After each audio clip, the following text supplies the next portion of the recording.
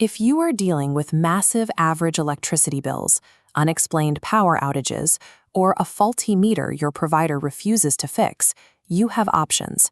You are about to learn exactly how to register an official complaint and build a strict 4-step legal escalation roadmap that forces a resolution.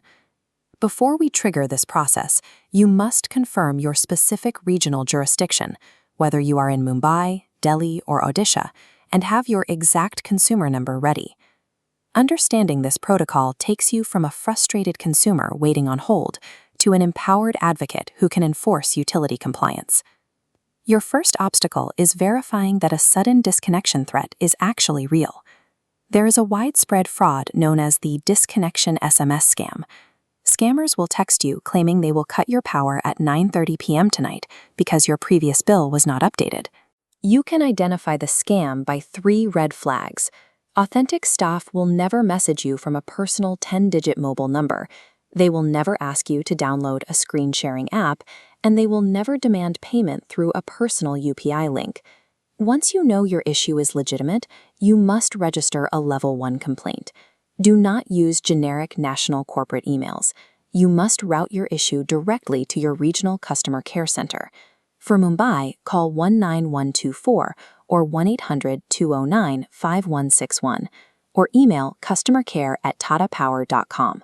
For Delhi, call 19124 or 1-800-208-9124. Email customercare@tatapower-ddl.com. For Odisha, call 1912 or 1-800-345-7122. Requests must be acknowledged within 3 days for supply issues and 15 for others. You must obtain a logged ticket number from this interaction.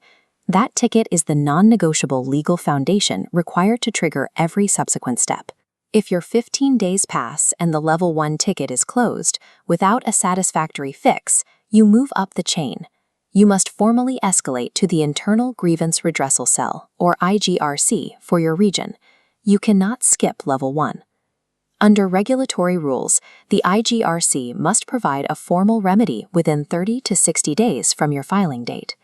If the IGRC rejects your claim, or if that 60-day deadline expires with no response, you escalate outside the company. You file a formal written petition with the Consumer Grievance Redressal Forum, or CGRF.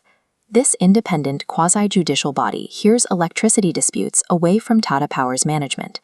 The CGRF is legally mandated to decide your grievance within 2 months from receiving your petition. Moving from Level 2 to Level 3 shifts the dispute from an internal customer service issue into an externally monitored legal proceeding. If you are aggrieved by the CGRF's order, or if they fail to issue one within their 2-month window, you proceed to the final step. At this stage, do not use the eJagrati Consumer Court Portal or the National Consumer Helpline. The Electricity Act of 2003 legally supersedes standard consumer courts, making those venues invalid for this specific dispute. Your correct final destination is the State Electricity Ombudsman, appointed by your state regulatory commission. You must file your appeal to the Ombudsman within 30 to 60 days from the date of the CGRS order.